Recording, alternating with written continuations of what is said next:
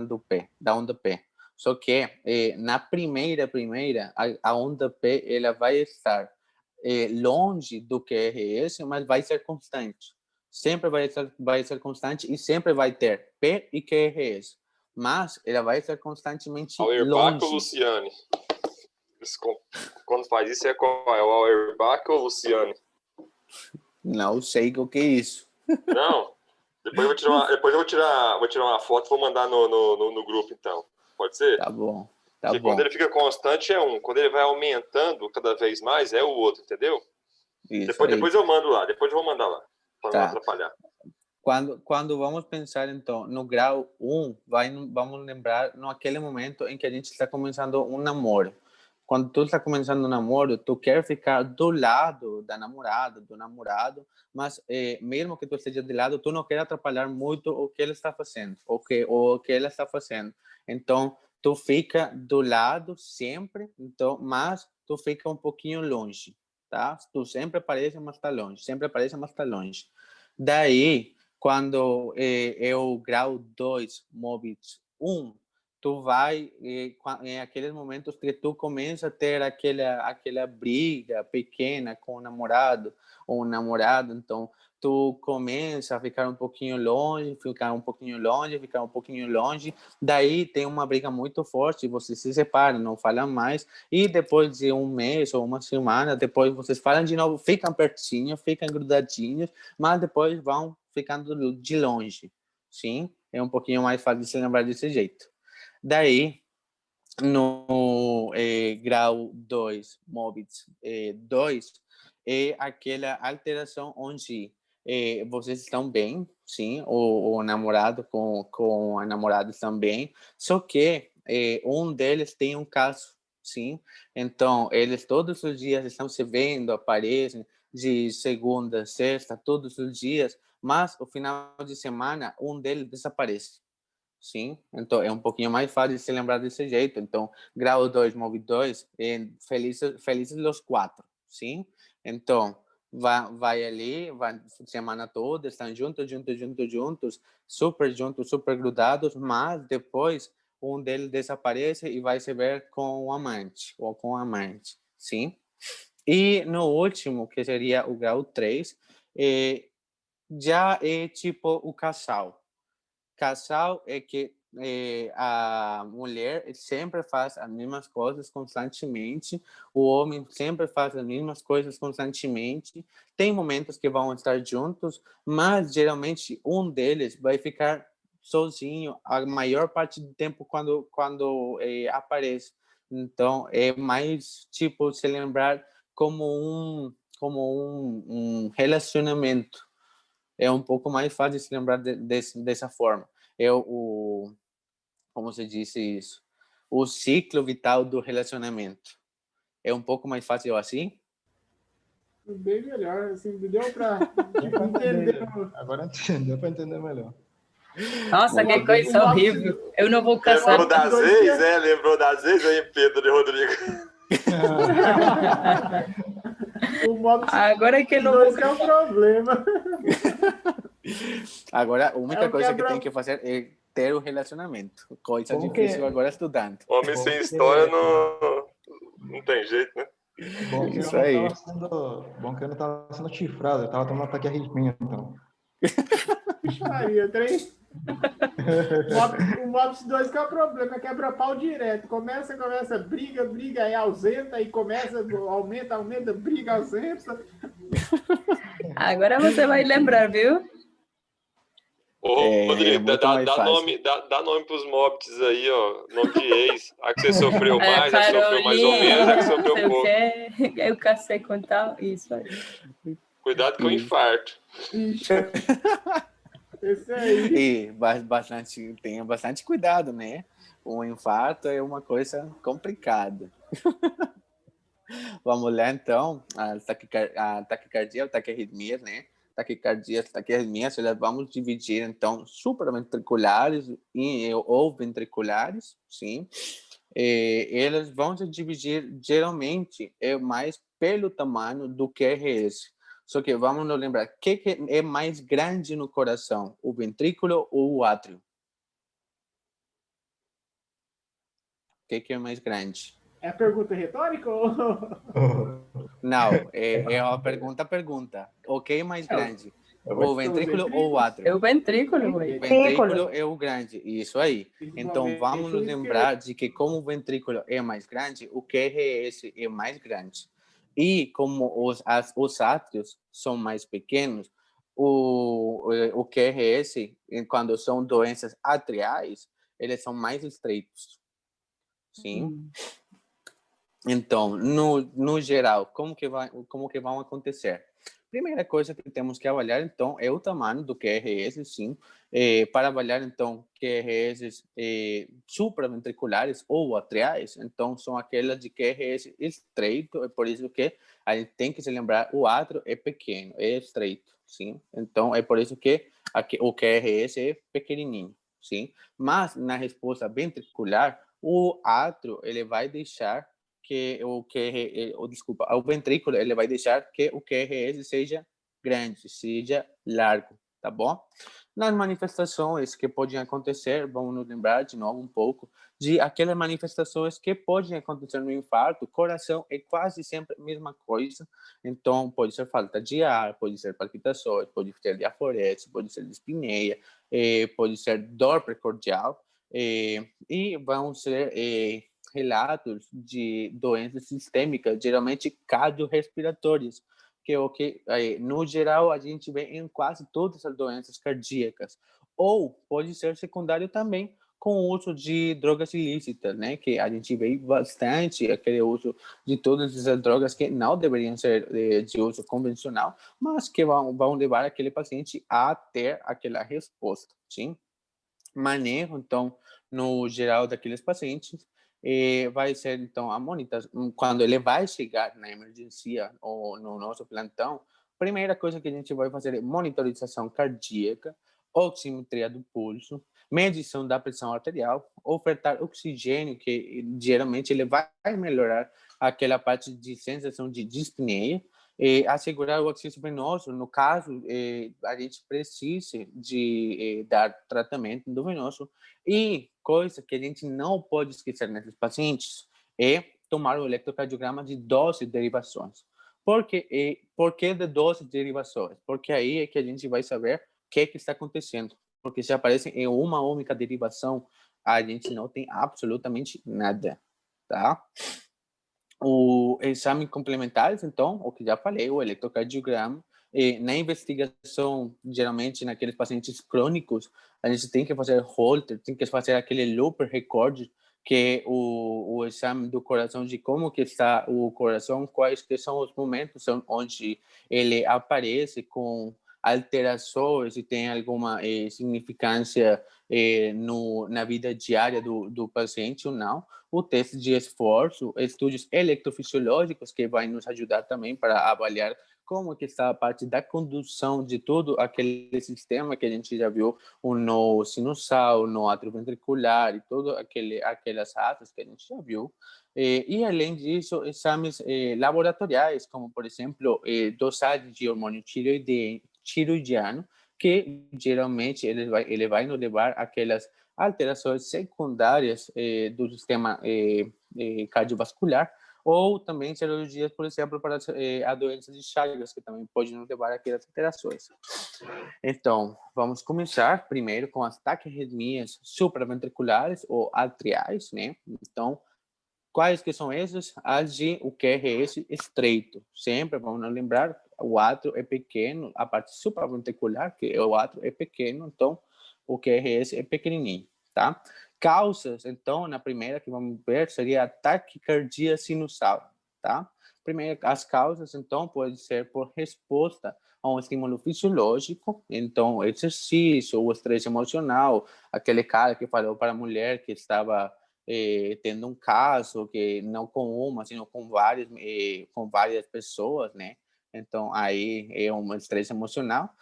Consequência também por estímulos excessivos, hipertiroidismo, bastante importante nesses pacientes, ou uso de medicações, tipo atropina ou aminofilina, pode acontecer.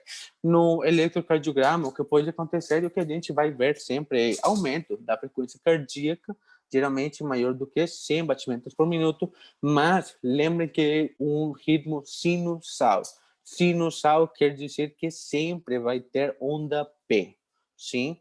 Então, isso é o que vai nos lembrar de que a morfologia no eletrocardiograma pode aparentemente ser normal, só que temos um ritmo taquicárdico. Então, entre um QRS e o outro QRS, vamos estar bem juntinhos, o que vai nos levar a que o coração esteja com batimentos mais rápidos. No início, o manejo desses pacientes, então, vai ser aquela pesquisa de que está acontecendo, quais que são as causas daquela taquicardia sinusal e fazer avaliação e tratamento daquelas causas. No início, isso vai ajudar, vai melhorar os sintomas e até pode fazer desaparecer aquela taquicardia sinusal. Nos casos, por exemplo, que temos uma taquicardia sinusal primária, que não tem nenhuma outra alteração, nenhuma outra doença que esteja causando, a gente pode usar medicamentos como o beta-bloqueadores, que seria o ideal naqueles pacientes, porque vai melhorar aquele quadro de taquicardia, aquela sensação que eles vão sentir. Como que vamos ver, então, nesses casos? Aqui temos, então, um D2, ele tem, então, a onda P, que a gente está vendo aqui, onda P, QRS e onda T, de novo um pequeno espaço, onda P, QRS, onda T. Coisas que temos que nos lembrar, olha, o pequenininho que está, o magrinho que está, aquele QRS, então sabemos que é uma alteração atrial, né, ou supraventricular, e que está perto um QRS do outro, perto um QRS do outro, mas todos eles são constantes, sim? Então, isso é uma taquicardia sinusal, sim? Aumento do QRS, aumento do intervalo entre QRS e QRS, mas que tudo aparenta ser normal, sim? Taquicardia atrial quer dizer, então, que as causas dele geralmente podem ser benignas, as formas incessantes que levam à taquicardia, então, pode ser geralmente coisas mais como que, de novo, o que a gente estava falando, a pessoa estava correndo, a pessoa estava em uma maratona, ou estava em algum outro tipo de exercício, ou estresse emocional, fisiológico, tá? Eletrocardiograficamente, o que vamos ver em eles, o que diferença entre este daqui com o anterior, que é a taquicardia sinusal, é a onda P. Por quê? Porque a onda P aqui, ela vai ser de uma morfologia diferente, ela vai ser distinta da sinusal durante a arritmia, tá? Então, durante o tempo em que o cara ou a pessoa está com aquela frequência cardíaca aumentada, maior de 100 até 250, então sempre vamos ter aquela onda P, mas de características que não são as normais. O que a gente vê geralmente é que é aquela montanha, é uma montanha que ela vai subir e desce de novo, tá? Mas, no nosso caso, na taquicardia atrial, vamos ver mais para frente, de que é uma coisa super diferente. E manejo, então, para esses pacientes, então, geralmente pode ser com beta-bloqueadores ou com bloqueadores dos canais de cálcio. Verapamil pode ser, que até de primeira escolha nesses pacientes. O que temos aqui? Em um D2, que não é normal que apareça, ou isso que estamos vendo aqui. Olha aqui, uma onda P, mas a onda P está para baixo, tá? Mas olha todos os complexos desse paciente. Onda P, QRS, T, P, QRS, T, mas em D2, olha que a onda P está para baixo, então está invertida. Ou uma outra coisa que a gente pode encontrar também em aquele D2 é que a onda P vai estar com uma morfologia distinta. Geralmente, o que a gente falou, não é mais alta do que a onda T, ela não é picuda que nem o QRS, ou ela sempre tem que aparecer, né? Então, sempre temos uma alteração da onda P, e que é o que a gente está vendo aqui. Sim, geralmente ou desaparece, ou é muito, muito pequenininha, ou é muito, muito mais alta do que a onda T, tá? Mas sempre conservando aquela situação de que ela vai anteceder o QRS e vamos ter um ritmo que é um ritmo rápido. Uma outra coisa que pode ou não acontecer nesses casos é que vamos ter alterações no intervalo entre onda R e onda R, tá? Que é o que, por exemplo, estamos vendo aqui na parte de baixo, que é uma taquicardia atrial multifocal, que é onde o QRS vai por um lado e a onda P vai pelo outro, mas sempre vai prevalecer, então, aquela parte de alteração na onda P, tá? Fibrilação atrial é uma das coisas que mais temos que ter presente nos nossos pacientes. Por quê? Porque o maior risco que tem esses pacientes é apresentar um AVC. Por quê? Porque temos que a fibrilação atrial é aquela parte da parte de cima do coração, o nosso átrio, que ele não vai estar fazendo a sua contração da forma habitual. Ele vai estar assim, tremendo. Como ele fica tremendo, a sangue que está ali dentro, ela não vai ser ejetada até o ventrículo, só que ela vai ficar ali, ainda mais naquelas partes externas do átrio, que são aquelas aurículas, aquelas orelhinhas que tem o átrio. Esse sangue vai ficar ali e quando temos acúmulo de sangue ali, ela pode virar um trombo. Quando ela vira o trombo, tem a possibilidade de entrar principalmente no átrio direito, ela vai entrar no ventrículo direito, vai para circulação sistêmica e geralmente com o fluxo aí o que ela faz é que ela entra na carotídea e vai diretamente ao cérebro e vai causar então o nosso grande quadro de AVC, mas vai ser secundário, então, a uma fibrilação atrial, sim? É por isso que, nesses casos desses pacientes, temos que estar de olho, porque temos um alto risco de morte nesses pacientes, morte de uma parte do cérebro, tá? Causas daquelas fibrilações atriais podem ser geralmente temporárias, porque são causas secundárias, a maior parte delas, ou pode ser causa primária, que é diretamente do coração, tá?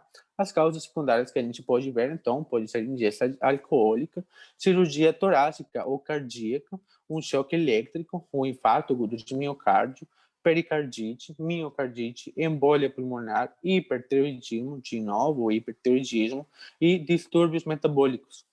Quadro clínico desses pacientes pode ser que o paciente não sinta nada, esteja tranquilo, seja assintomático, mas quando depois que a gente está fazendo aquele exame físico, que todos acostumamos fazer sempre em todas as consultas, a gente está vendo que tem esse coração acelerado.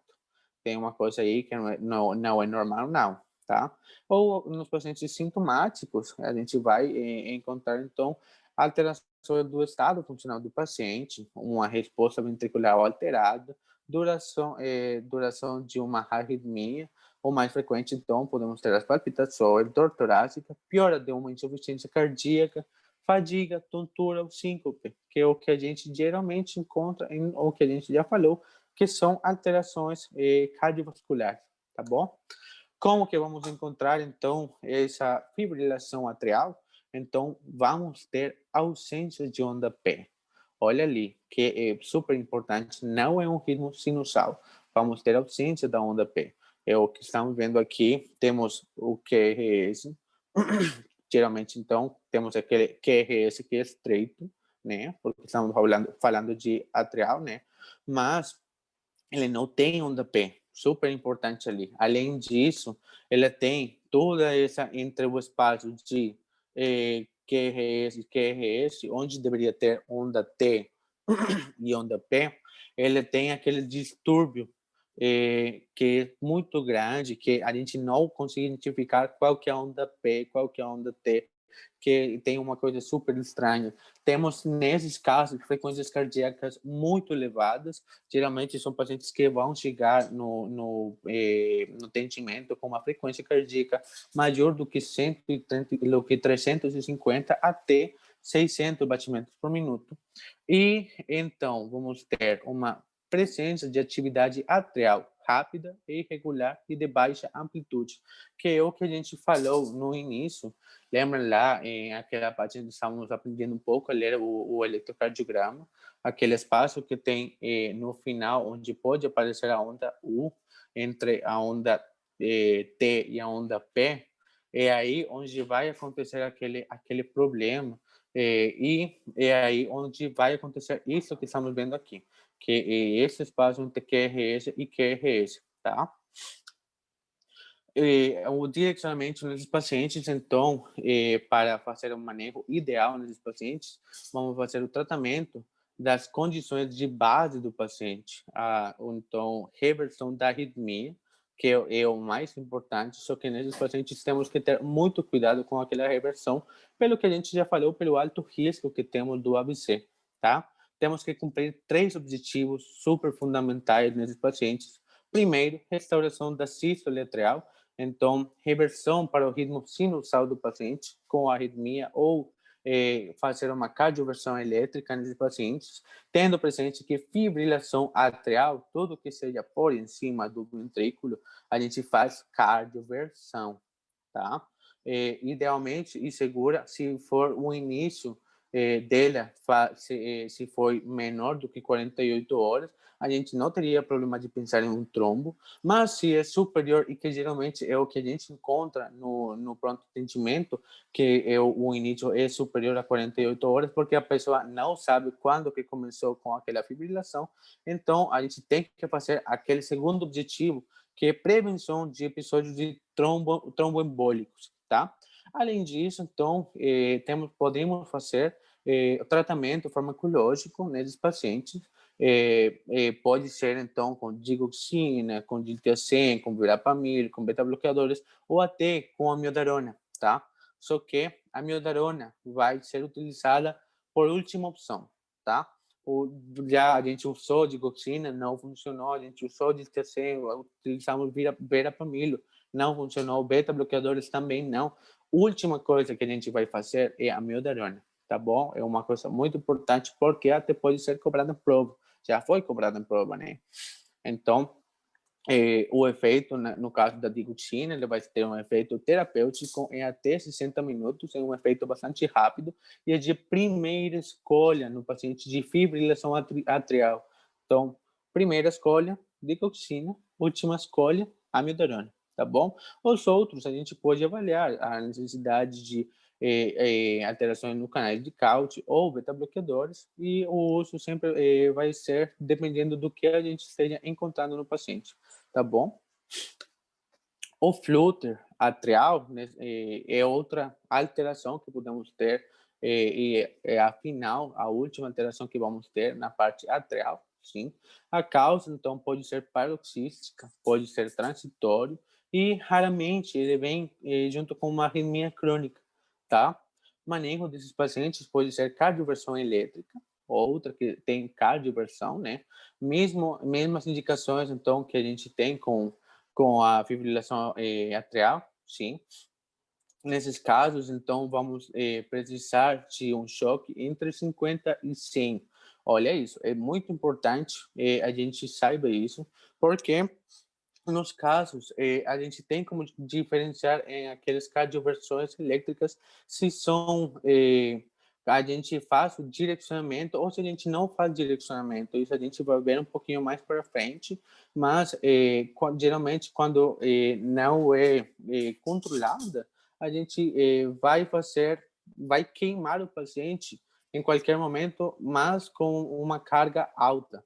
Mas nesses casos, o flúter atrial ou a fibrilação atrial, ou o que vamos ver mais para frente, que é a taquicardia ventricular, são necessárias aquelas medidas de controle para avaliar bem o paciente, tá bom? Utilização, então, outra coisa que a gente pode fazer, a utilização das drogas antiarrítmicas, mas é pouco eficaz nesse tipo de pacientes. Então, idealmente, a gente tem que avaliar, então, o uso de cardioversão, tá? Nesses casos, então, o que vamos ver é aquela morfologia super específica do flúter atrial, que é os dentes de serra no eletrocardiograma, tá? Então, temos o QRS aqui embaixo, de novo, o QRS, vamos não lembrar sempre, é atrial, então o QRS estreito, mas aquele padrão que tem entre QRS e QRS, que seria a parte de alteração da despolarização do átrio, então é aquele padrão contínuo, constante, mas que não tem como diferenciar uma onda T de uma onda P. Por quê? Porque todas essas daqui vão ser chamadas de ondas F, porque todas elas são ondas parecidas, tá? Outra coisa, então, que a gente pode ver, então, há uma frequência cardíaca elevada, 250 a 350 batimentos por minuto, e pode ser esse tipo de alterações, pode ser mais visível em D2, D3, ABF e V1. Olha isso que é bastante importante. Tem que aparecer em várias partes do eletrocardiograma. Se aparecer em uma única parte, temos que avaliar bem esse paciente, porque provavelmente não seja aquela alteração que a gente esteja pensando, tá? Vamos então para as taquiarritmias ventriculares. Temos as duas principais. Primeiro, então, a taquicardia ventricular, definida, então, como 3 ou mais batimentos sucessivos de origem ventricular. Vamos nos lembrar de novo. Ventricular é grande, então vai ser longa. O eletrocardiograma vai geralmente acontecer com uma frequência cardíaca maior do que 120 batimentos por minuto. QRS, então, vai estar aumentado de tamanho e vai ser um ritmo regular no início, tá? Complicações, então, podem nos levar a uma fibrilação ventricular ou uma sistole do paciente, tá? Pela alta demanda que tem o ventrículo, tá bom?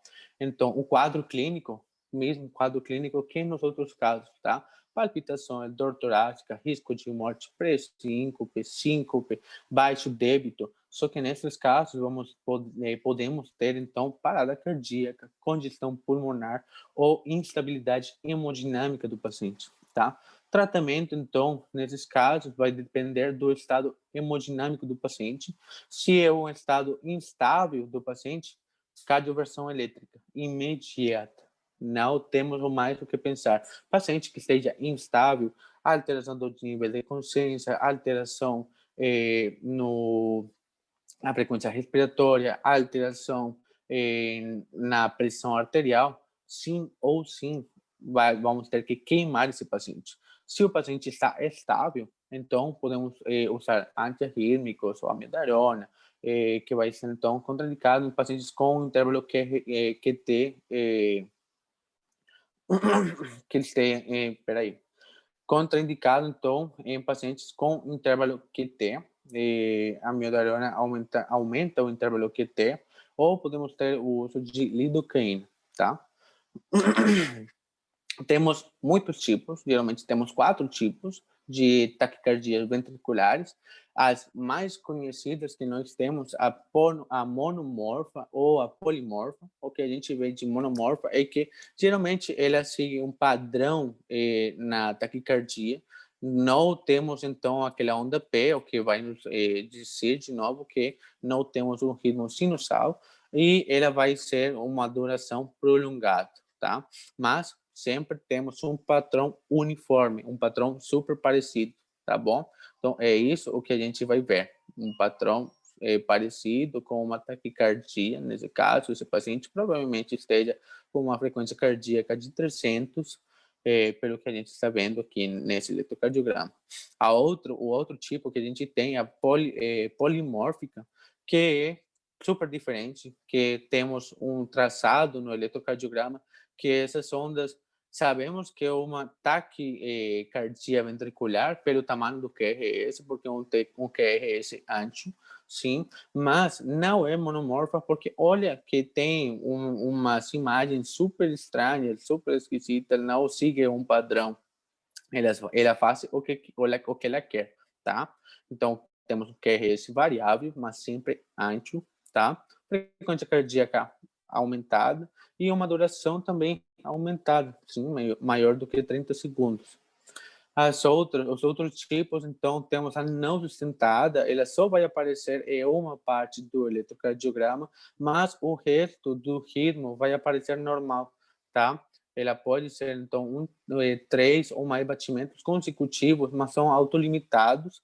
Principalmente nesse caso, a gente vai ver de que tem uma frequência cardíaca elevada. Então, nesse caso, podemos pensar de que temos aproximadamente 150 batimentos por minuto, mas depois ela regrede e faz de novo um ritmo normal, ritmo sinusal, tá? A duração dela, super importante, e o que diferencia das primeiras duas que a gente falou, é que é uma duração pequena, menor do que 30 segundos, tá bom? E, finalmente, temos a nossa tão conhecida torcida de pontos, que é a torcida de pontas, né?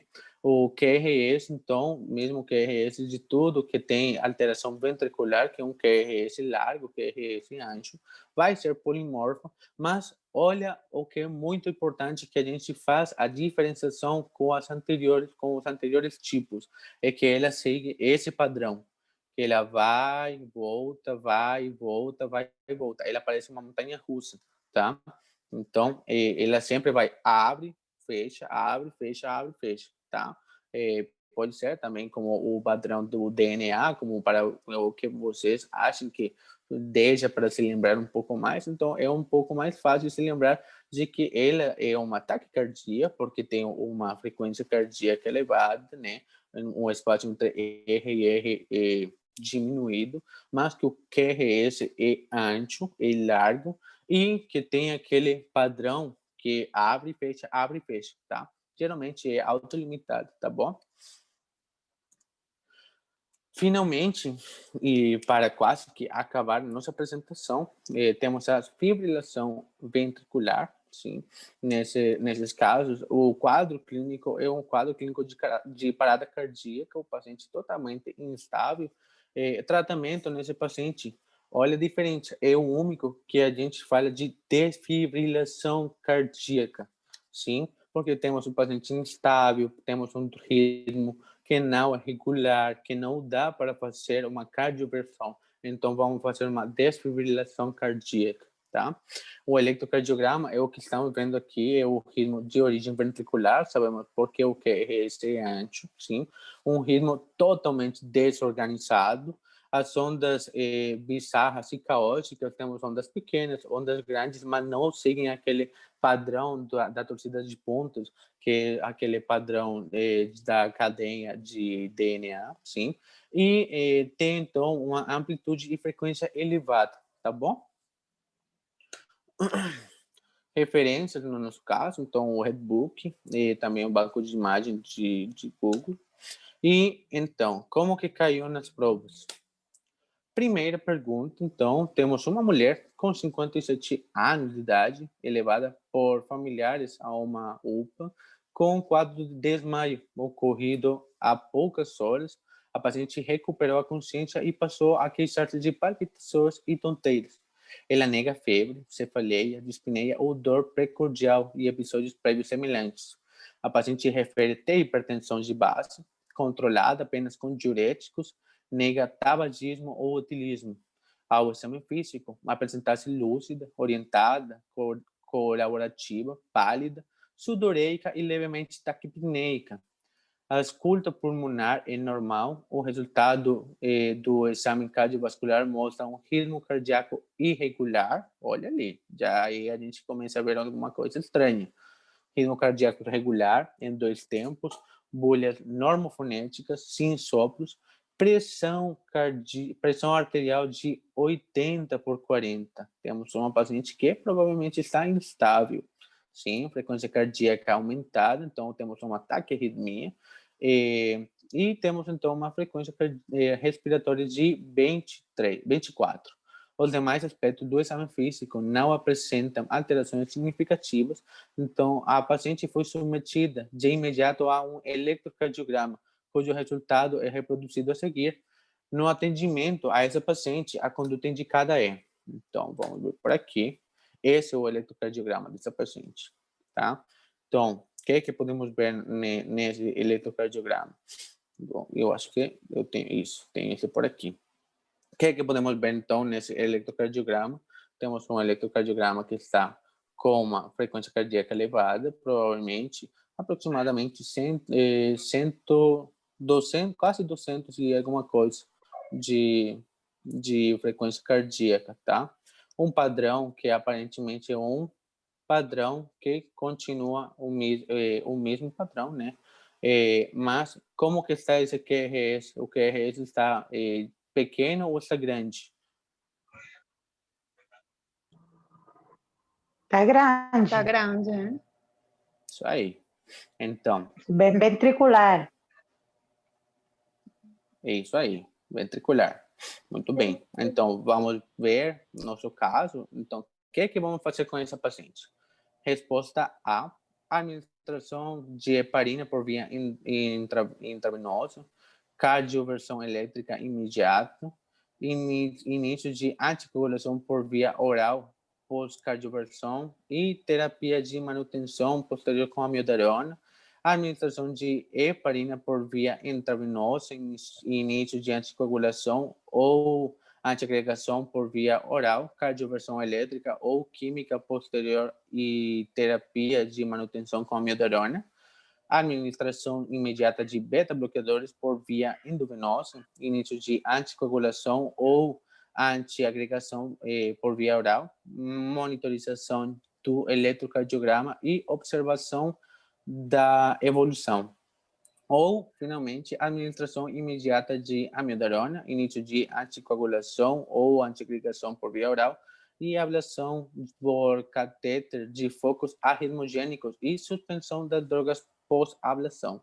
Olha, uma coisa que é importante, que eu acho que a gente errou um pouquinho aqui, olha o tamanho do QRS. Sim, QRS, quantos quadrinhos aparentemente tem dentro do QRS? Sim. 3, 4, 5, como 6, né? Ou Não. 8. No, dentro são dois. QRS. Dois, não dá Dois. Um único quadrinho. Muito bem. É atrial, então. É ancho, isso aí, é atrial, é pequeno. É pequeno. Sim? Então, o que vocês acham ali? Eu acho que ele vai morrer. Provavelmente. Bom, isso é aí uma fibrilação atrial. Se é supra, né? Se é supra, então você tem cardio